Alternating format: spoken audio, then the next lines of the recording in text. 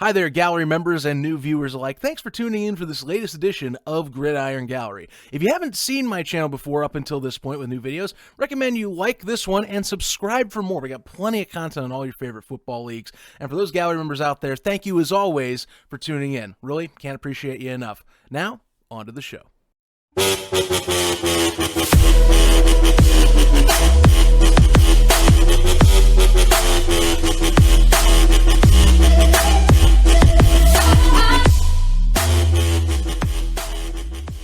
Joining me today on the Gridiron Gallery podcast, I have a special guest and one that's very much in touch with the historical side of Birmingham, Alabama, the Magic City, they call it.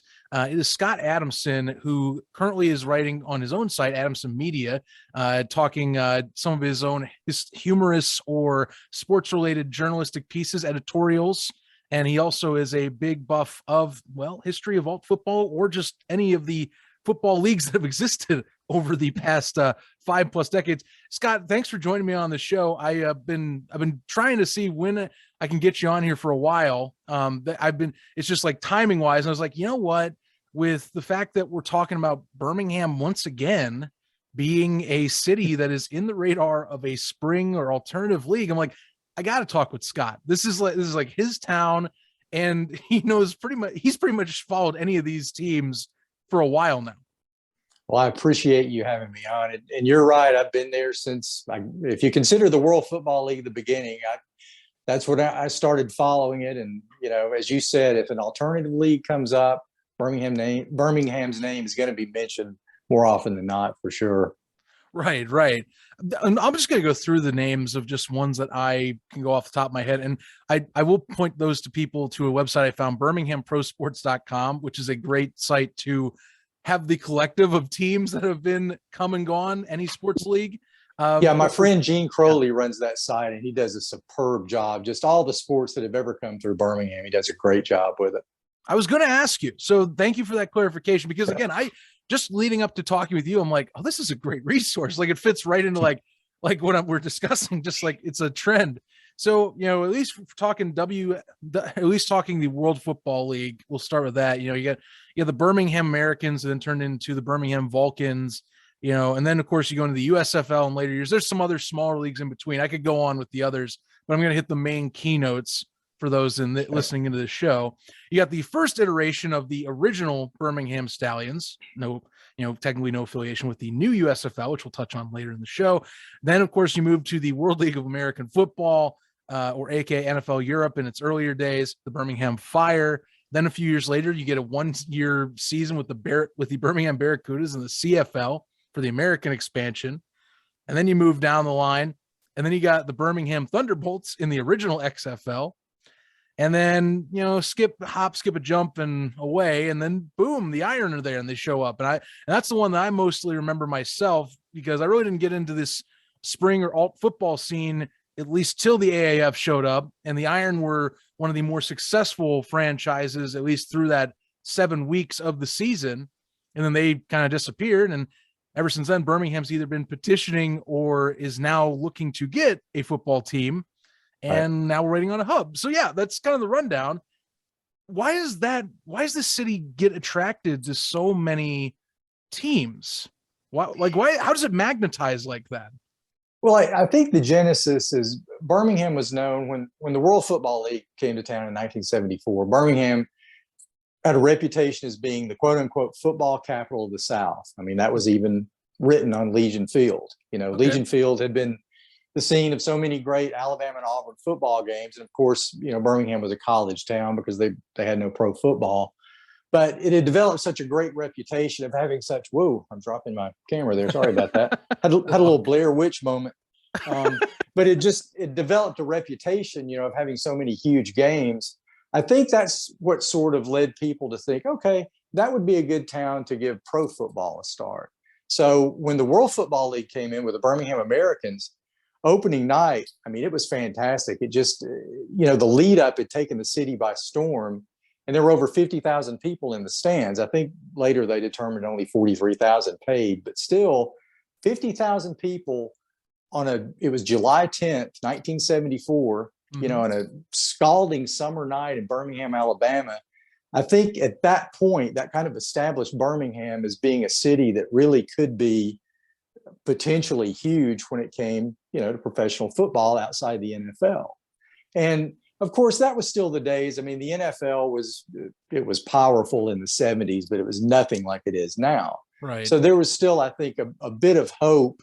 This was coming. The World Football League was formed 4 years after the AFL-NFL merger became final. So I think there was still the thought that there was room for another league if they could do things right. And Birmingham just being a part of that, I think just sort of put them in the limelight a little bit. So going forward, every time a league came along, they would look at Birmingham, look at their response to the World Football League, and see it as a place where football could succeed. Yeah, well, you're talking the success of the Birmingham's like World Football League franchises. Both of them finished with no less than 3 losses. I mean, the Americans finished as an undefeated record in 1974. And then in 75, my understanding, the Vulcans 9-3 season before they cut that season midway through short. So, well, the Americans actually, they were undefeated at home. They won all their games at Legion Field, but their actual record was that's right. They were 5. That's right. I read it was 13-0 at home, but that's correct. That's right. That is right, sir. Still, I mean, they were the champions of the 74 at least, so I will get that one as a mark. making sure I'm on. That's our only football championship, our only professional football championship. So that's still a magic moment for nerds like me that remember it. Well, that's fair. I mean, you haven't been you've had successful other teams come through. I mean, the original iteration of the Stallions were 2 of their 3 years in existence, at least playoff caliber teams that had chances of going to, those championships for the United States Football League. I don't know if they would have beaten the Stars in 84 or 85, but I mean, still the fact that they were in those contentions is pretty nice. And they drew an excellent crowd, continued success kind of starting out. Right. It's actually the first time I've talked about the World Football League in any of my shows besides maybe offhand mentioning, but I find that league fascinating because it had a lot of hype behind it. The league to me built up a lot of its own hype and then tried to continue it. I know my understanding is one of the games they bought several of the tickets at least out and kind of inflated the numbers a bit and broke its reputation week 1 in 1974. Yeah, that was in I think JFK Stadium in Philadelphia. I mean, that was a massive case of papering the house. And yeah, once that news came out, it happened a little bit in Birmingham too, because I know I mentioned that first game was like 53,000 or something, but actually paid attendance was just a little over 40,000. And there were several games like that. I mean, attendance was still good, but not nearly as good as they led you to believe. So yeah, the WFL, the big thing about them that I thought was so cool, if you look at alternative football now, they go with innovative rules. Right. And the World Football League had that. You had the 7-point touchdown, the action point. At the time, they had kickoffs from the 30-yard line, which hadn't been done before, and goalposts at the back of the end zone. And they'd taken a lot of rules from the CFL as well. So they really tried to change things up from the NFL.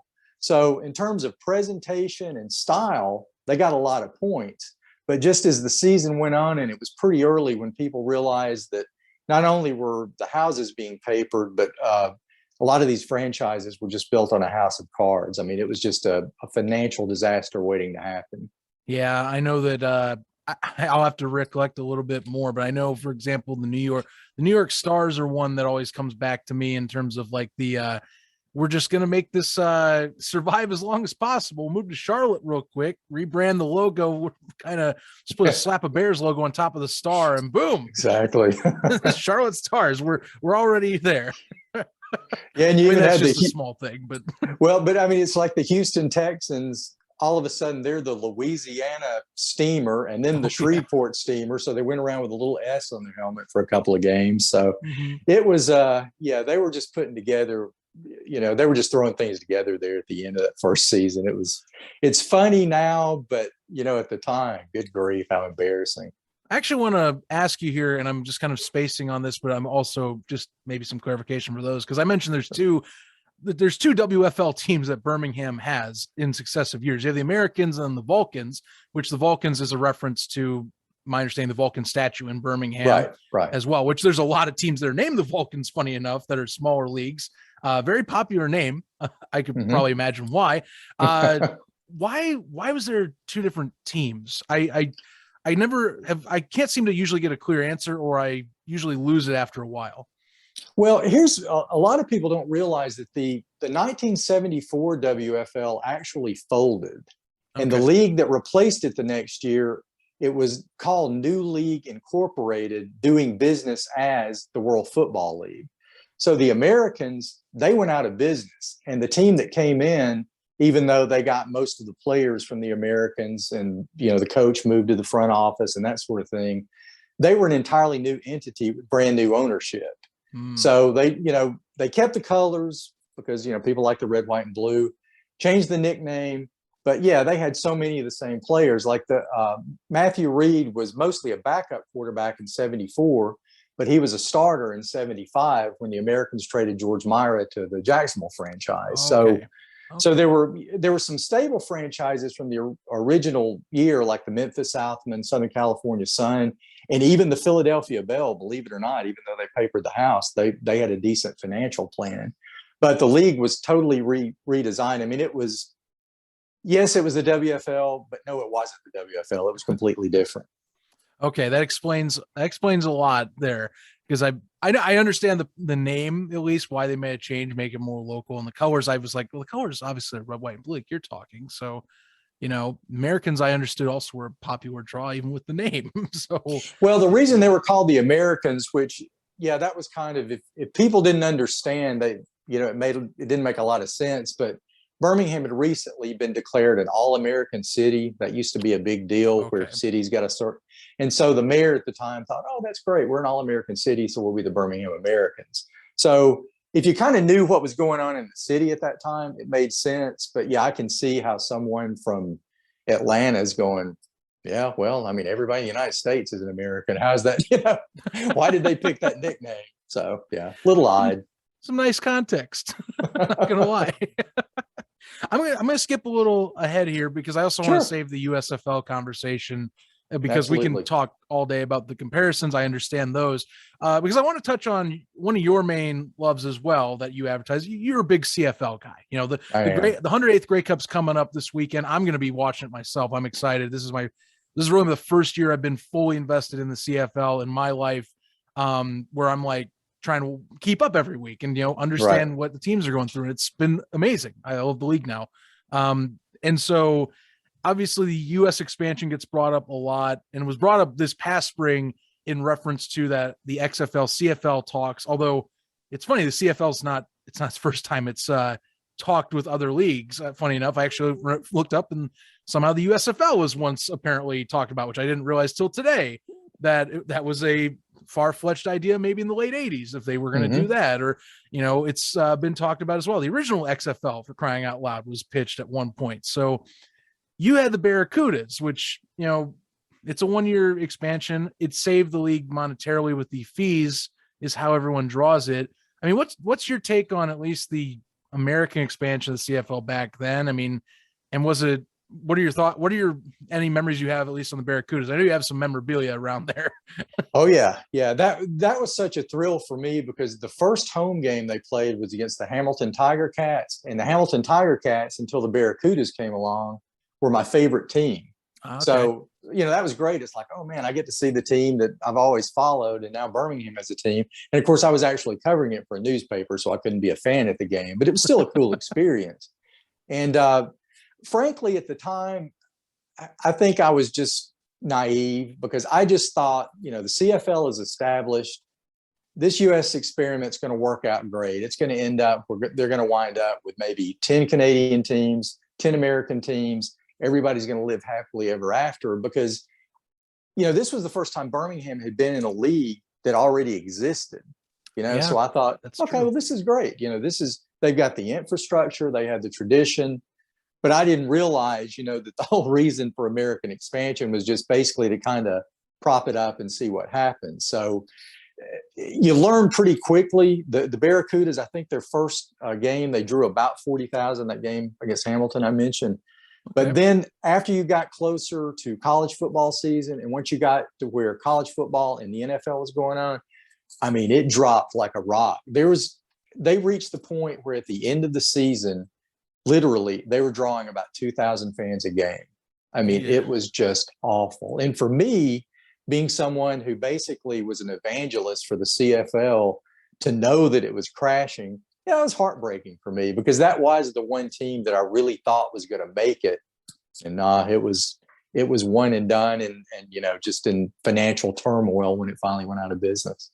So you're saying future teams like, say, the Thunderbolts and then the Iron probably look back at the CFL's expansion there and went, maybe we need to take some baby steps into seeing how this pans out first. Yeah, that's very possible. I mean, because it's, I still like the idea in theory. I mean, I think it would be fantastic to have, or even to have, just American teams playing the Canadian rules game and then having the teams, play at the end of the year or whatever. I mean, I like that idea, but I understand how it is in the CFL, and I understand why there would be hesitancy for anyone to try to recreate that, because really, other than the Baltimore Stallions, it really didn't succeed anywhere. And the reason it succeeded in Baltimore is because that was kind of, hey, we're going to show you, you took the Colts away, we're going to show you that we support football. So right. And part of that actually helped them get a franchise, was showing that interest, which then of course led to them moving. But luckily that franchise became the rebirth of the Montreal Alouettes. So, I mean, positive overall, I'd say. I mean, historical franchise comes back with a new force, even if we're talking that market does need some help. That's a whole nother story right now. And in the CFL section of things is the big markets. But I mean, that's a nice bit to it, I guess. Part of that history.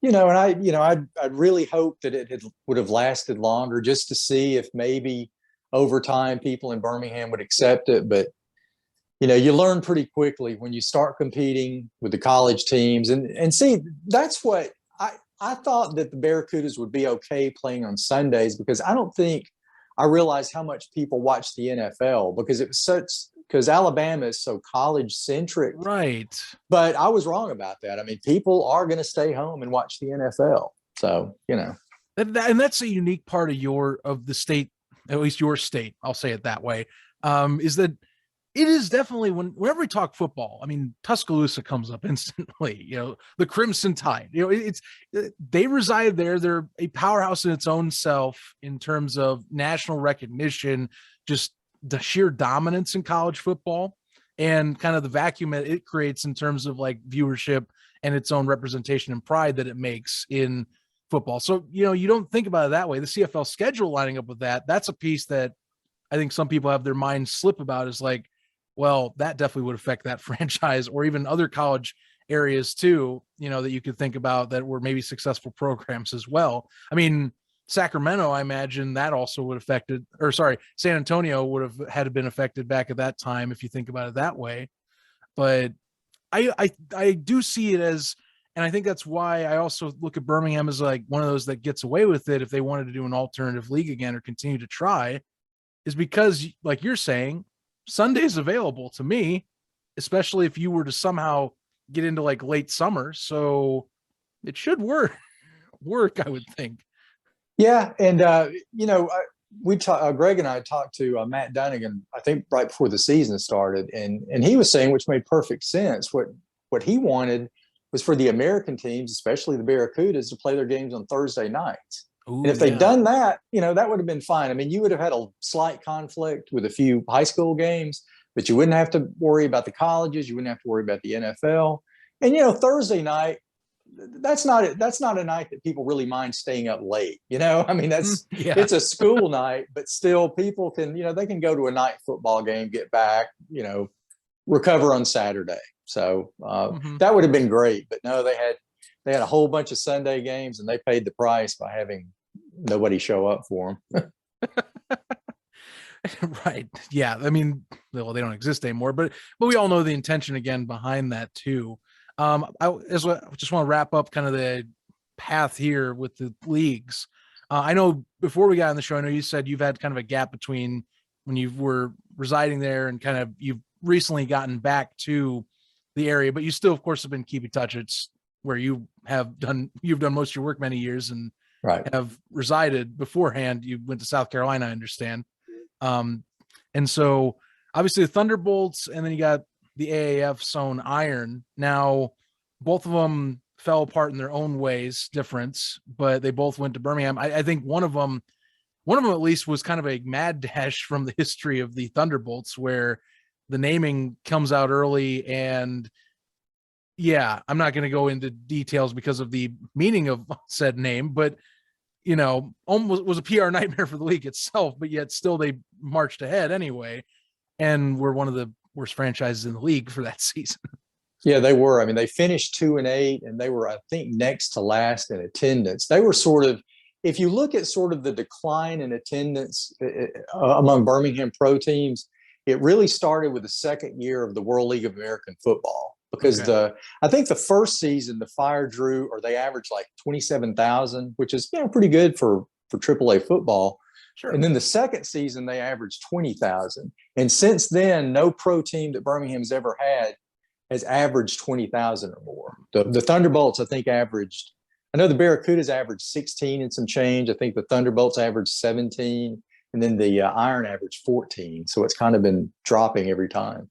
Right. I think the Iron, if I remember right, their max capacity for a game, I think was their opener, and it was 17, if I'm correct. Yeah, and they were, because I was actually at that game. I was in the process of writing the book, so I covered that game. Okay. And they were just unfortunate in the sense that it seemed like every home game they played, the weather was horrible. It was either cold and rainy or cold and sleeting, and it was just, there'd been almost a 20-year gap since Birmingham had last had a pro football team. So I think, I think if they'd had a chance maybe to get through the first year and fans could have warmed to them, you don't really know what would have happened beyond that. But, good grief. It was just, I remember that first game was just miserable. And, fans had to sit through that 4 or 5 times. Right. That one, I remember the rain definitely it was affecting, and it put some big marks on attendance, because obviously in recent years, when you've seen a lot more attention with alternative spring leagues, like you'll see outlets like, say, Pro Football Talk or Fox Sports or things, they're very much like hanging on the every statistical word of these games, whether it's the viewership numbers, the attendance at the games, like they're ready to pounce on it. It's an uber critical mindset going into writing up how these leagues are. So when Birmingham, if I remember right, like I think it averaged under 10,000 for its second game. And like people were like, "Oh my God, look at the drop off here! Almost 10,000 people showed up less to the second game, and it was like a downpour." And I'm like, me and others sitting here going, "What would you expect?" Like I wouldn't. If I had other things to do, I would not go to sit in a rainy game if I could watch it at my house in the area. See, that's the whole thing. Back in the day, a lot of times if there was a game like that, if you wanted to see the game, you had to go to the game. Not everything was televised. But yeah, when it's raining and sleeting, or, and it's 40 degrees and you have a chance to just sit at home with a beer and watch it on television, the beer and the TV is going to win that one a lot of times. So, especially for something like that, I wouldn't sit in the rain either if I had a chance. Now, snow game, actually, it's different because I find magic in that type of weather for some reason. But, rain, to me that's the no-go, because I don't like wearing snow's kind of an experience, though. I mean, that's sort of that that makes a big difference, unless it's wet snow, and then you got a whole nother set of problems. Well, I'm the type of guy that argues against people that says that football should be all dome stadiums, and I'm like, no, you're wrong. Like that's like you might not be comfortable out there, but like a game in weather, to me, weather's an element that you should prepare for. So no, like especially if it's you can build them in nice areas. I don't know. I have a whole rant I could go on about that type of, like, I like comfy, cozy sitting arrangements and things like that. And I'm like, no, what about the magic of being in the moment? Oh, I even like the old days when it would be a rainy game and they'd be playing on a field that's also used for baseball, where you got the infield. I mean, yeah, it's nasty now. Nobody wants to do that, but there's a certain charm to it still for me. it's something. I mean, I liked watching the two slated CFL games for the finals this week. That both of them had that type of weather, especially the East final coming towards the end. And I was like, that adds a little bit to it. It just adds that playoff mystique to the atmosphere. I can't explain it, but it just makes it feel like it's that much more important, or like story wise, like cinematic maybe.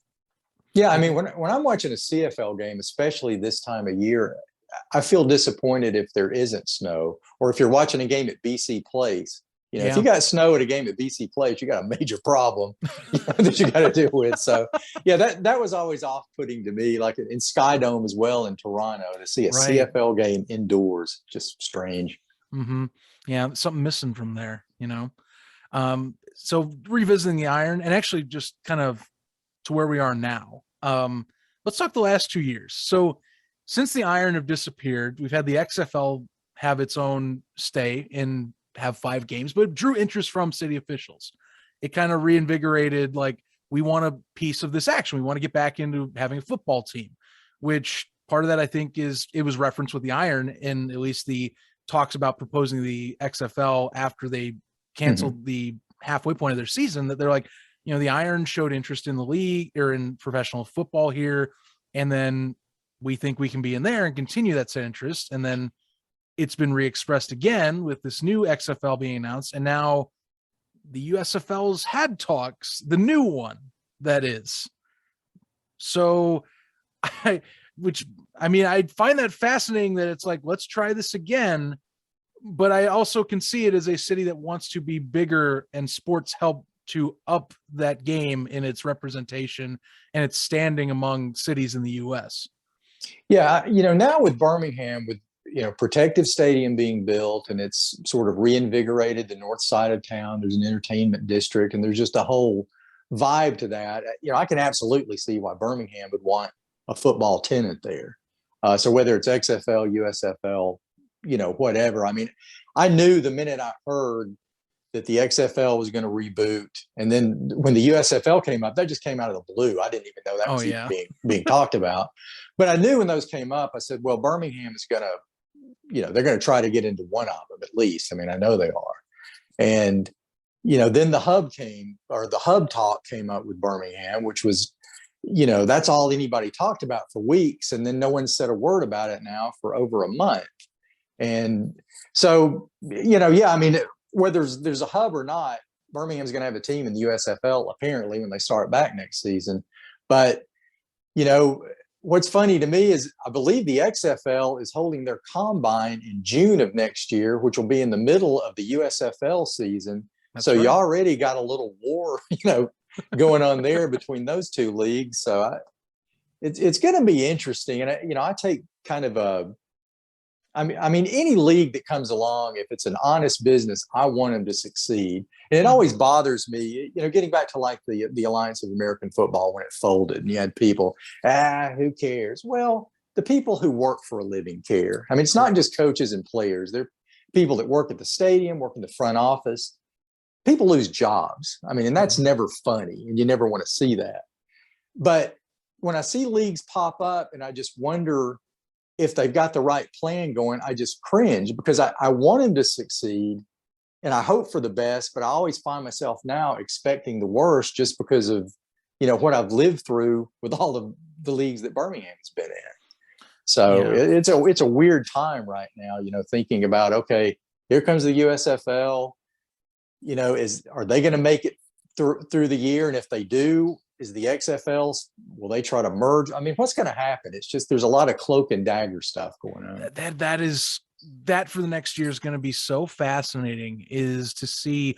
And especially once again, we're 4 months out and we're still waiting on some details, and who knows, maybe this episode drops and all of a sudden we'll get like a tidal wave of things that we've been talking about on here, because that's just been how it is. Like random drops or nuggets of things all of a sudden show up now.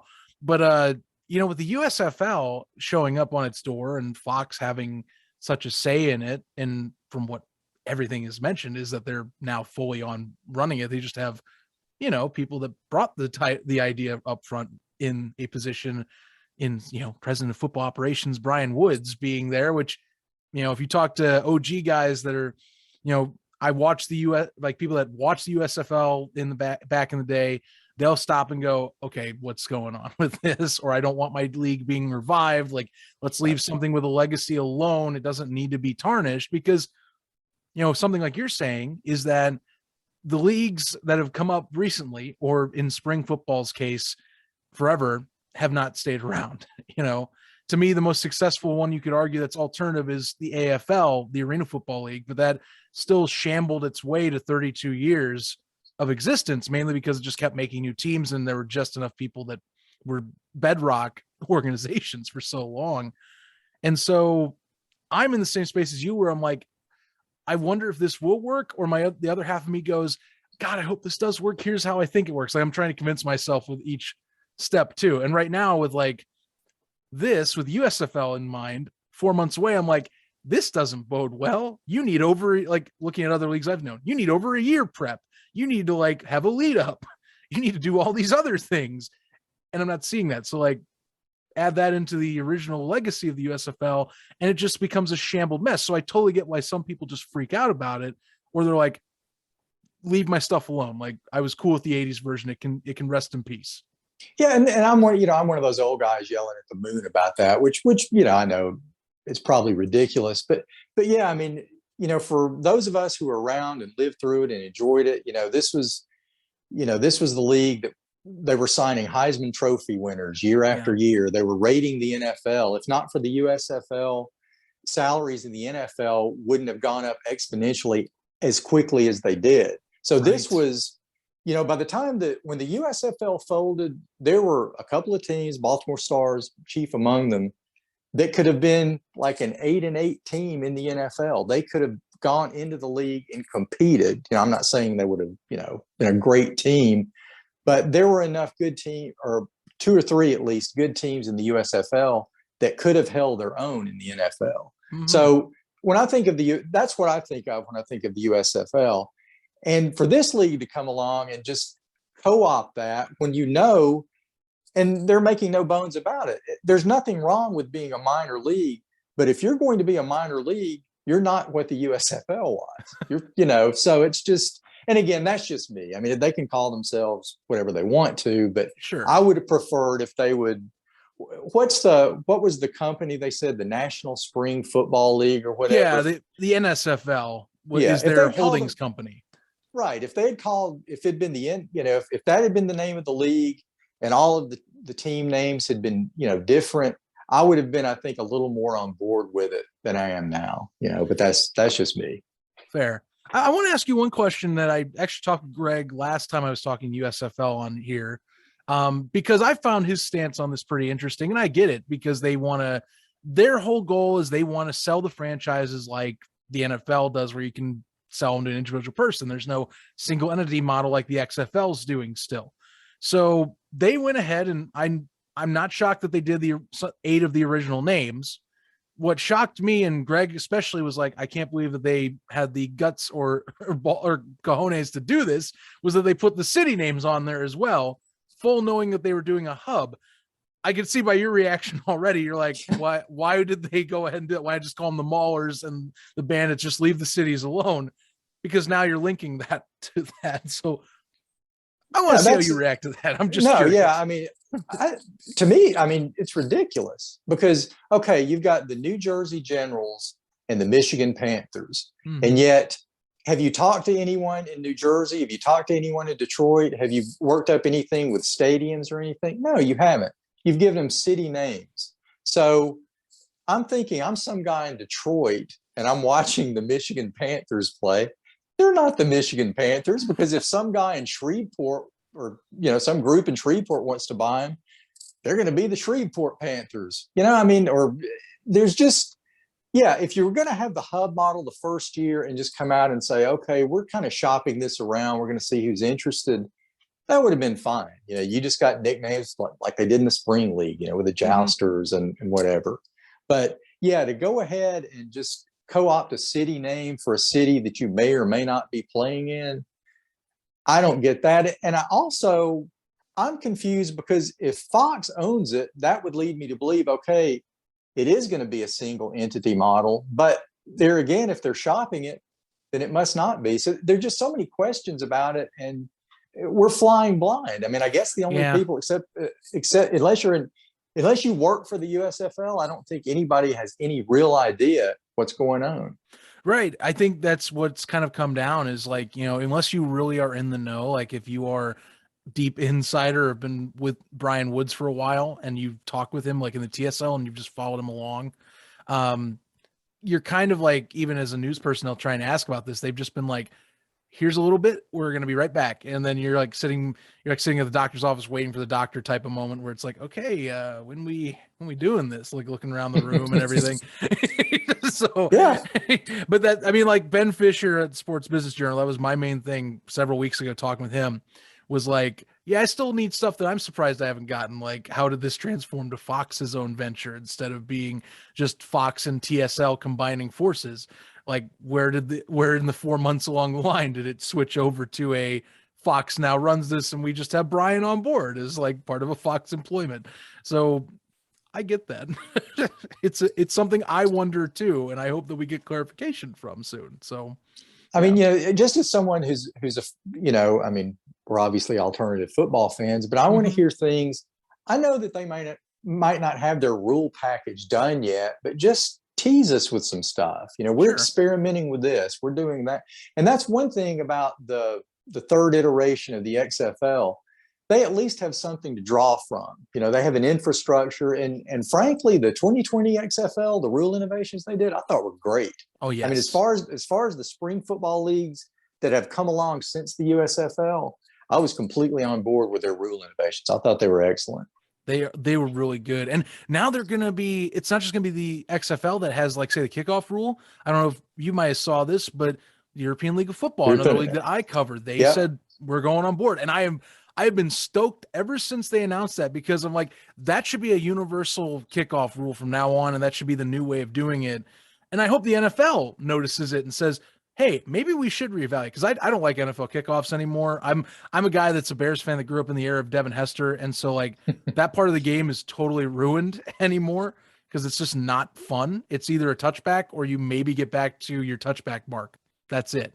So I would love to see that implemented, and I like that too. Those are implemented rules you can go off of. We assume that they're there 4 months out, and the USFL's got to start dropping some things. Like, as of this recording, it's December 9th. So we got, and April 15th is the proposed day that we've heard. Like, that's the rumored day this all starts. So almost exactly 4 months now. One thing that really was another red flag for me is Birmingham soccer team, USL franchise, the Birmingham Legion, on Tuesday, they announced that they were going to be the primary spring and summer tenant of Protective Stadium. Now, I know that doesn't preclude the USFL from playing there, but obviously the soccer team, if they base their schedule like they always have, they're going to get as many Saturday and Sunday home dates as not. And it seems like when they were first advertising this hub deal, it was going to be mainly protective, and occasionally you'd have a spillover game at Legion Field, but now it'd have to be just the opposite. Legion Field would have to be the main hub, and you'd have to have spillover games at Protected. And when they had the press conference, I sort of thought maybe someone would address that, like the person that runs the Civic Center Authority, which owns the stadium, would say, we're going to have a great relationship between the Legion soccer team, the Stallions football team, but it's almost like that never happened. It's like that was just some sort of dream that, you wake up and then you forget what you dreamed and you just move on, don't think about it anymore. That's really strange. That's fair. I mean, does Legion, it's obviously up in years and it's kind of considered more a historical stadium at this point. I mean, is it still, to you at least, do you see it as still feasible? Like, if they had to move it there, like say they scrambled last minute and waited too long, like they made Legion the hub place, they could work it out? I mean, it's still used. It's still used by high schools and smaller colleges. It's almost 100 years old. It's an ancient stadium, and it doesn't have luxury boxes or anything that modern stadiums have.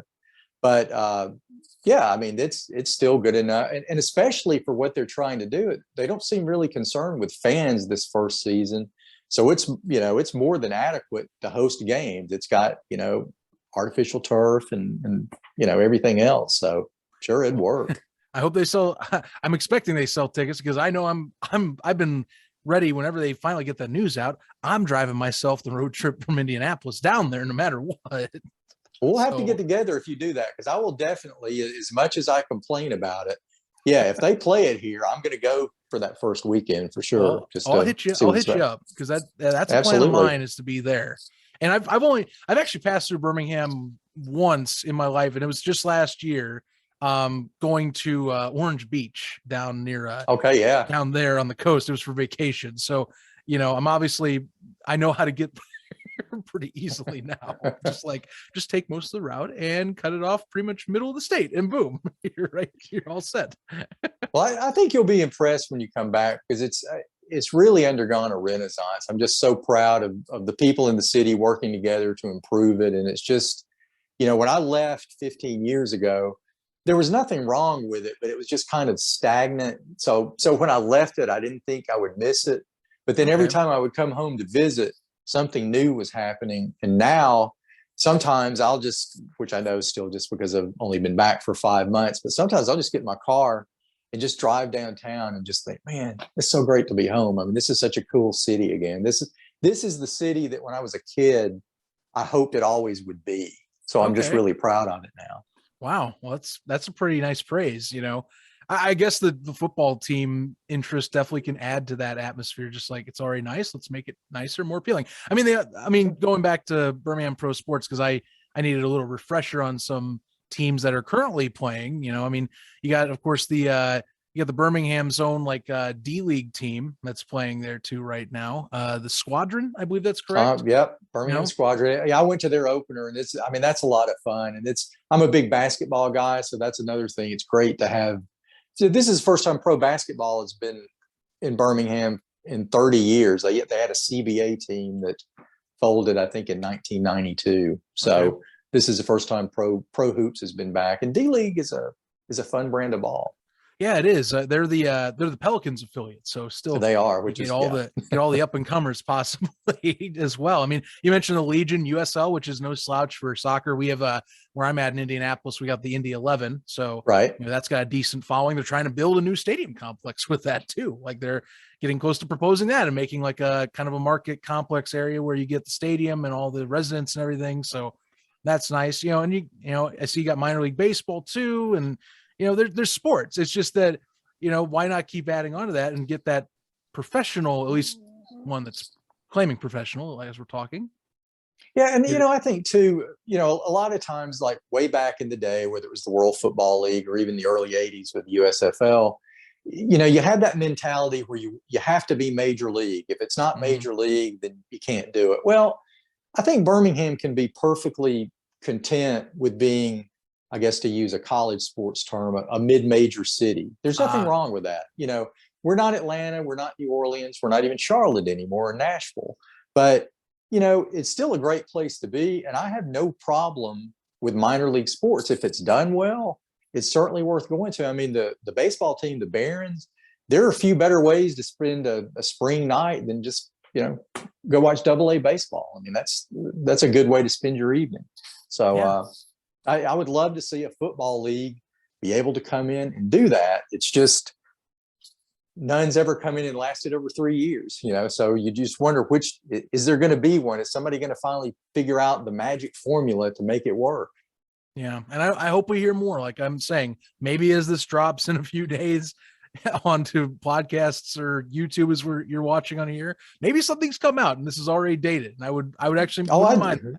I wouldn't. Yeah, that'd be great. I'd love to walk away and find out, okay, the hub's cleared. We know who the coaches are. We know what the rules are going to be, and we know how much the players are going to make. That's the thing that gets me. That's another point. Absolutely. The salary as well, besides just rule book.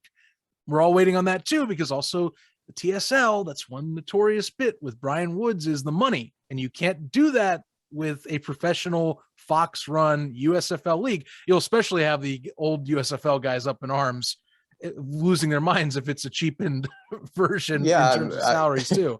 Exactly. I mean, pay to play, that's not a winning model for professional sports. So I dare them to somehow find a way to do $2,000 pay-ins for people and get away with that.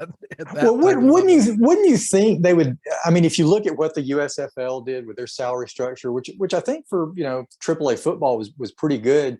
Mhm. Are you thinking that's what the USFL is thinking? Because I can't imagine. I mean, to me, if they're going to keep pace with whatever the XFL is planning, I would think they would have to make it worth these guys' while. Right. Well, I mean, like the XFL, like their base was like, it was like 75,000, but like that was with bonuses added in was the average. Right. It was like 50,000 was the main, plus like depending on wins and certain like things that you hit in the season, you could get, for an average player, 75K. And then like quarterbacks were making upwards 500-ish K because, they based it on importance of and excitement level. So I don't know. It's 10 weeks work too. So that was pretty Yes. good money. Right. Yeah. You're making, you make more than my normal job. Oh, so, I mean, I'd be living off that all year off 10 weeks. So as long as you're not injured, of course, you don't want to, that's the only caveat, although that, right. League should cover that that's part of the, workers' comp and things like that. So yeah, I mean, my estimation, I'll go with this on the record here. It has to probably reach upwards of like, I would settle like base salary for them. And only because it's the USFL and I have less confidence in them making the 50K mark. I think 40K should be like the benchmark, like any lower. And I'm going to start asking some questions for the level you're advertising, so here's some coupons for Burger King. That's your pay for the week. Yeah. Or like you can do like the original Gunslingers, the USFL, like, all right, first ones to the bank, get the check. Yeah. Everyone else, sorry. Gumball rally. Yeah, I think Rick Neuheisel said it was a gumball rally. I love the like a league for not the league for a buck, the small potatoes USFL one because of Neuheisel's explanation of the anime. They put a little animation about like them all speeding to the bank trying to get cash checks. That was great. That's one of my favorite parts. But I think it has to be like 40 or 50, like something up there. I don't suspect with the amount of money they're talking about right now to get the 50K mark because they're slinging down lower numbers than what the XFL with Vince McMahon was talking about just a year and a half ago. So I think 40 is reasonable. That's like, even in some arena football seasons, that was pretty decent numbers too for some of those players in the AFL. So I don't know. I guess that's my opinion. There's probably some dude that'll be like, no, that's too cheap, but I'm just putting in the factors that in my head somewhat make sense, I guess. Yeah. And that's the thing we do, until we find out, all we can do is just kind of guess. I mean, I was thinking, and of course we talked about this earlier, but originally I was thinking, well, okay, maybe they'll do a territorial draft, but you can't do a territorial draft if you don't have real territories. Yeah, you've got the New Jersey Generals, but again, you don't know where they're going to wind up. So I'm also interested in how they're going to, distribute players. I mean, it's eeny, meeny, miny, mo, or what? Those sound like combines, but even then, like the details have been sporadic. The only one that a few people reported on is that, well, it's going to be one in Southern California. That's like the only one, and then maybe like Hub Football will have some at theirs coming up here. But yeah, those details are also kind of scarce too. So I don't know. There was like one Zoom call thing brought up recently that was like Woods was talking to a bunch of agents in person about the USFL. So maybe that's another sign that news is on the way. But until then, we got to hear stuff. So it's like running in circles right now, being like, it really is, just trying to wait around until somebody tells us what's going on. And so all we got is like, we'll get that. And luckily we got the CFL to distract ourselves. And I'm going to divert this because before we jumped on, I read one of your most recent posts for Jocularity, which, is your, it's kind of like this, humorous look into your thoughts at the time of a writing. This is actually from today, funny enough, as of we're recording, the one on I've Gone Full Hamilton. I have a question about the specific food choices here. Once I could get back to the spot that I found it, of course. Let's see here. It was a consistency of like Lay's sour cream chips, Chex, and I believe pretzels.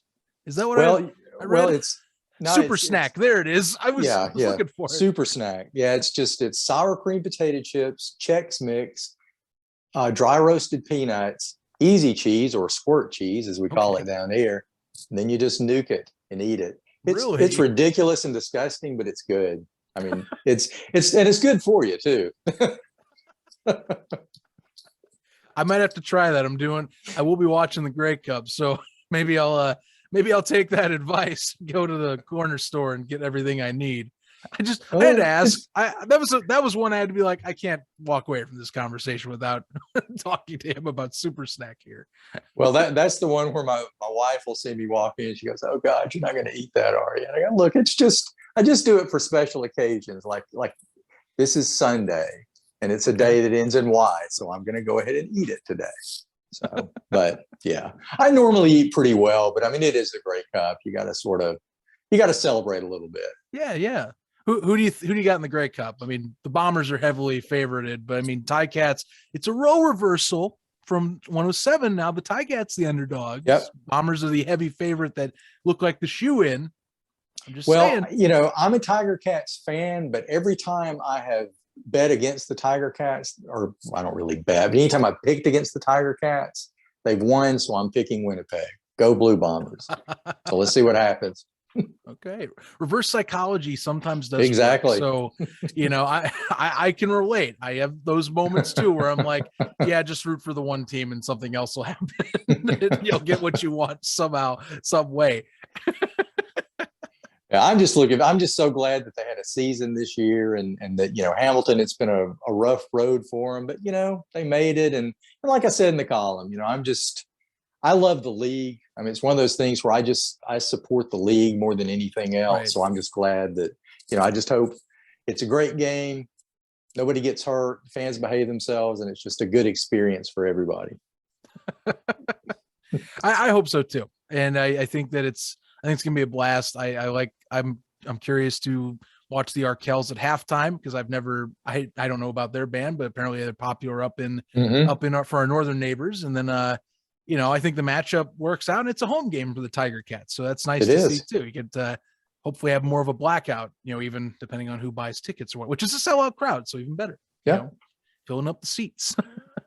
Well, Scott, hey, thanks for coming on, by the way. I Thank really you so much for inviting me. Yeah, this has been great. Again, I can talk about this forever. I know I tend to talk too much, but I get excited when I think about the old days of the WFL and USFL.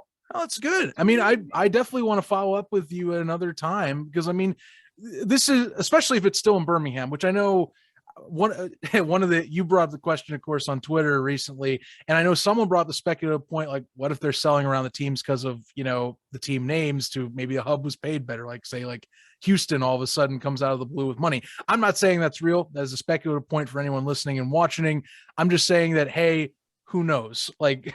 Sure. That could totally put a stop on deals if you get someone with more money and you have to break some stuff off. But, I definitely want to follow up with you on that league, especially if it's in Birmingham, it's in your town, that's going to affect your local area and, hopefully for the better or worse. And you get to be right in front of that for it. So, hey, absolutely. Anytime. Let me know.